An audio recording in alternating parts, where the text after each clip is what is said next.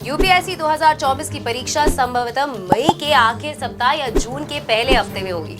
अब इस परीक्षा में मुश्किल से 10 महीने का समय रह गया है और इस साल के पेपर के बाद तो एस्पिरेंट्स के होश ही उड़े हुए हैं। दरअसल इस साल जो परीक्षा हुई उसके बाद कईयों को ये लगने लगा कि पुराने ढरे पर चलकर अब यूपीएससी क्लियर नहीं किया जा सकता और काफी हद तक उनकी ये सोच सही भी है। इसलिए आज के वीडियो में हम आपको बताने वाले हैं कि 2024 के लिए आपकी रणनीति क्या होनी चाहिए। नमस्कार, स्वागत है आपका प्रभात एग्जाम के YouTube चैनल पर। एक ऐसा प्लेटफॉर्म है जहां आपको मिलती है सभी कॉम्पिटिटिव एग्जाम से जुड़ी महत्वपूर्ण जानकारियां जो आपके किसी भी एग्जाम में सफल होने में काफी मदद कर सकती है।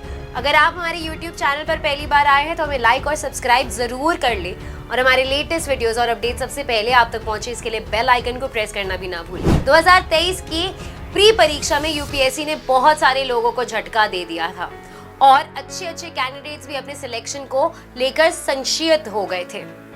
उन्हें ये तो समझ में आ गया था कि अब यूपीएससी की तैयारी ट्रेडिशनल मेथड से नहीं की जा सकती है, लेकिन फिर सवाल ये उठता है कि आखिर नई स्ट्रैटेजी क्या होनी चाहिए। वो कहते हैं ना कि जब एक तरीके से परिणाम ना मिल रहे हो तो अपना तरीका बदल कर ट्राई करना चाहिए। तो आपको भी अपनी तैयारी का तरीका बदलना पड़ेगा।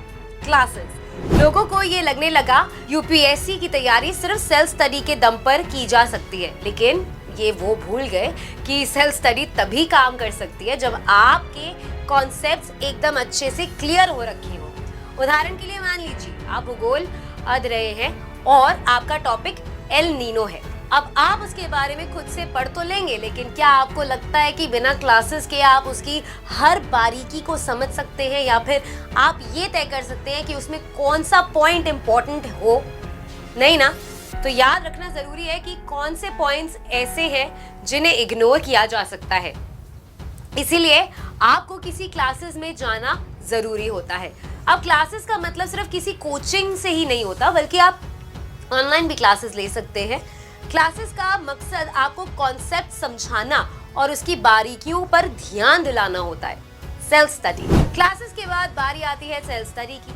जैसे कि हमने आपको पहले भी बताया है कि सेल्फ स्टडी तभी काम आएगी जब आपने पहले क्लासेस ली हो, और क्लासेस आपके दिमाग में तभी रिटेन हो सकती है जब आप उसे घर पर खुद से पढ़ रहे हो। इसके लिए आपको जो भी टॉपिक क्लास में पढ़ाया गया है उसे घर पर आकर खुद से खुद को शब्दों में लिखने का अभ्यास करना है। लिखने से होता यह है कि आपका जो दिमाग है इधर उधर भटकेगा नहीं और आप उसे जहां फोकस रखवाना चाहते हैं वो वहीं फोकस भी रहेगा। वरना किताब से सिर्फ पढ़ने पर तो आप किताब में देखते रहेंगे, लेकिन आपका दिमाग कहीं और ही खोया हुआ होगा।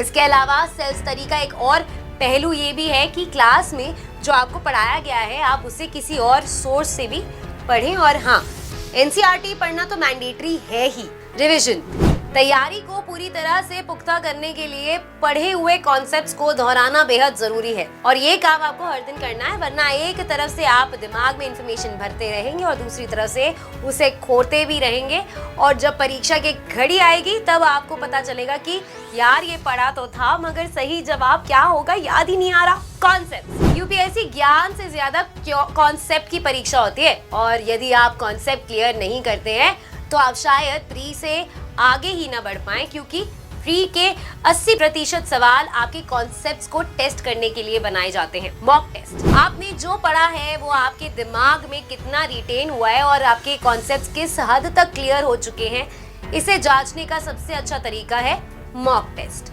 नियमित टेस्ट देने से आपको ना सिर्फ परीक्षा की फील मिलती है, साथ ही ये भी बल्कि आपकी तैयारी का अंदाजा भी आपको लगता रहता है। सीसैट, 2023 के सीसैट पेपर के बाद ये बात तो स्पष्ट हो गई है कि अब आप इसे बहुत हल्के में नहीं ले सकते हैं और आपको इसकी भी तैयारी अच्छे ढंग से करनी पड़ेगी। इसके लिए आपको मैथ्स और एप्टीट्यूड के लिए थोड़ा और समय देना पड़ेगा, लेकिन इसका मतलब ये नहीं है कि आपको हर दिन सीसैट की तैयारी करनी चाहिए। हाँ, लेकिन ये भी है कि यदि आप इसकी तैयारी 3 महीने पहले शुरू करते थे तो अब आपको इसकी तैयारी 6 महीने पहले कर देनी चाहिए। दोस्तों, यूपीएससी समय समय पर कैंडिडेट्स को मोनोटनी से निकालने के लिए ऐसे बदलाव करती रहती है, इसलिए ज्यादा चिंतित होने की जरूरत नहीं है। यदि आप यूपीएससी के बदलाव के अनुसार अपनी तैयारी में बदलाव भी कर लेंगे तो आप निश्चित रूप से सफल हो जाएंगे। अगर आपको हमारा ये वीडियो पसंद आया तो इसे अपने दोस्तों के साथ जरूर शेयर करें, और अगर आपके पास हमारे लिए कोई भी सवाल है तो उसे कमेंट सेक्शन में लिखकर हमें जरूर बताएं।